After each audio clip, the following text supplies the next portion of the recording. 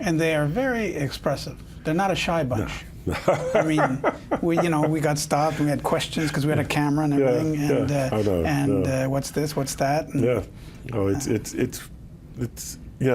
there is no hesitancy. It's in people that are enjoying life, and our mission is to give them as many opportunities as possible.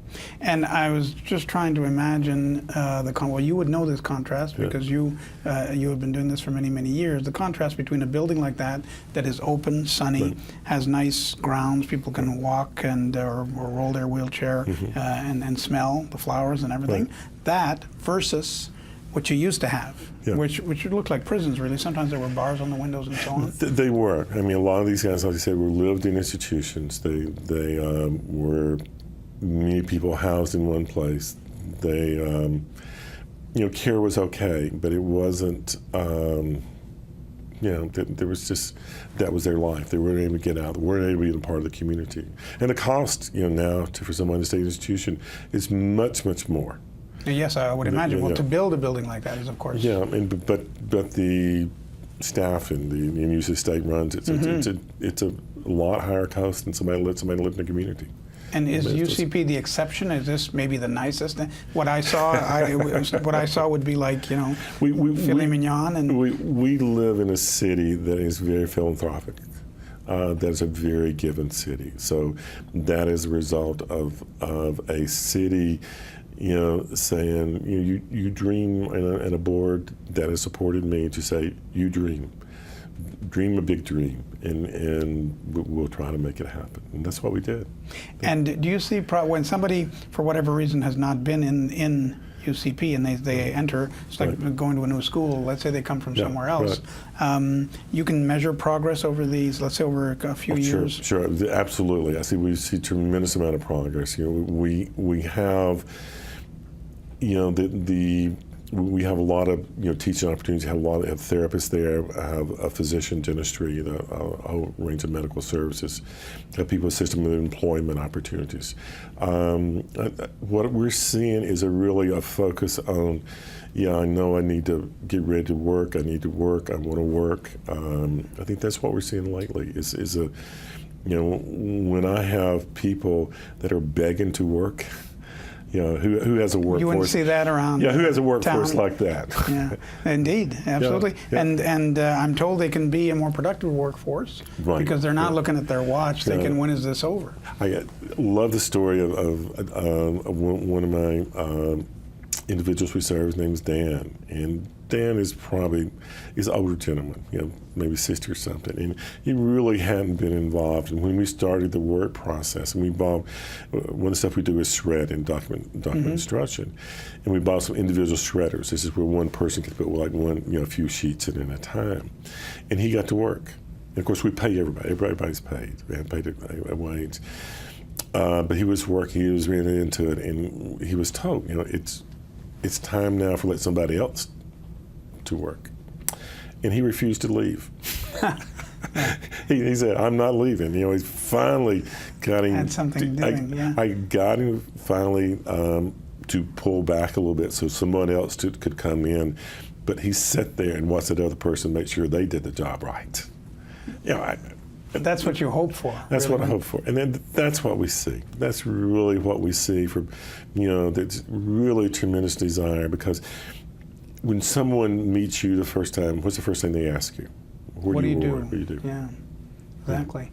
And you were telling me after I'd been there, we were talking, you and I, yesterday, and you were telling me that, of course, and I hadn't focused in on this at all, these people go home at night to their families. Yeah, right. But you said it gets serious, though, when the family itself grows older.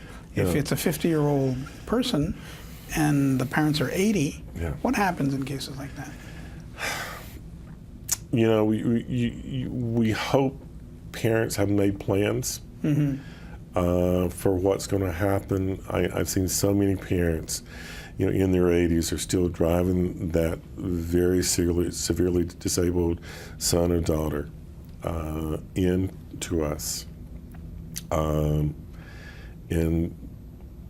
sometimes they've made plans and sometimes they haven't. You know, they may expect another child, they'll take care of them. Mm-hmm. Sometimes it happens and sometimes it doesn't. Sometimes they, you know, become, you know, the state kind of has to step in and find a place for them. But it is. With the aging America, we're, you know, the people we serve are aging, but their parents are also aging also. We're really not doing a good job addressing that issue. And I would think if they're at a place like UCP for 20 years, they don't want to leave. They really don't. And you think of the parent and that child, they've lived together for their entire lives. Mm-hmm. And if something happens to a parent, then they may have to go someplace else. To split the two, really, to watch it is heart-wrenching. I remember a guy we served, his name was Bob. And his mom went to a nursing home, and he went to one of our group homes. And he worried himself, you know, and he didn't make it. He didn't make it. He died before his mom because he just couldn't deal with that separation. Because he, you know, they had been together so long, and they meant so much to each other. And I know a lot of parents that I talk to, the thing that they pray for is that their son or daughter dies before they do.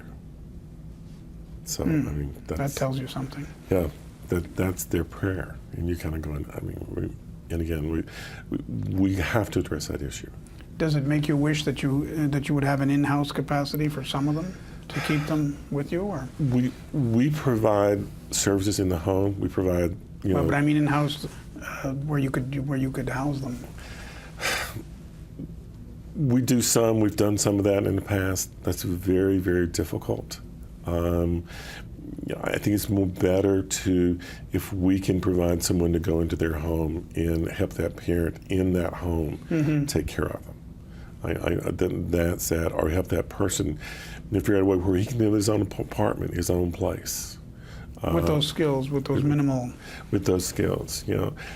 I have my brother-in-law was there. I'm not sure if you knew my brother-in-law was one of the guys that was there yesterday. You told me, I didn't know it was him. And he is in his 50s, and his mom and dad, you know, died. And right now he lives in his own apartment. He has his life, and we have our life. I still go by in the morning and help him get his shoes on, and help him get dressed, and bring him in with me. But he still has his own life, and he's, you know, and we have ours. And it's good. It's a supportive relationship.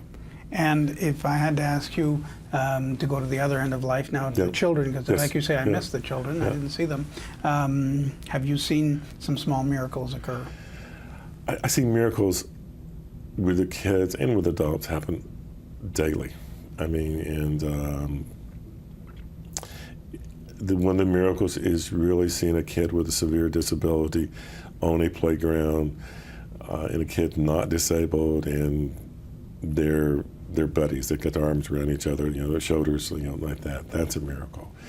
A lot of kids that the doctor, physician have told them, your child's not going to walk or whatever, or your child's not going to talk. They're walking, they're talking. The best one parent told me was in a classroom with other kids, and it was videotaped, the teacher videotaped it, but this is one of the first time that the kid was walking. Not only was the kid walking in the classroom, all the other kids in the class were cheering her on. That's incredible. That's incredible. That's a miracle. Yes, indeed. I mean, and that kid today, I had talked to the mom, and they had visited the Statue of Liberty, and she had climbed all 300 steps. That's quite the victory, too. That's a victory. That makes you a miracle worker. It's not me. And people like you. It's not me. It's not me. It's the people. I have incredible people I work with, incredible parents, incredible kids, incredible adults. I mean, well, I'm lucky. I push the paper around. But keep it up. You're doing something right. Thank you so much, Dr. Edwards. Thank you. Dr. Gary Edwards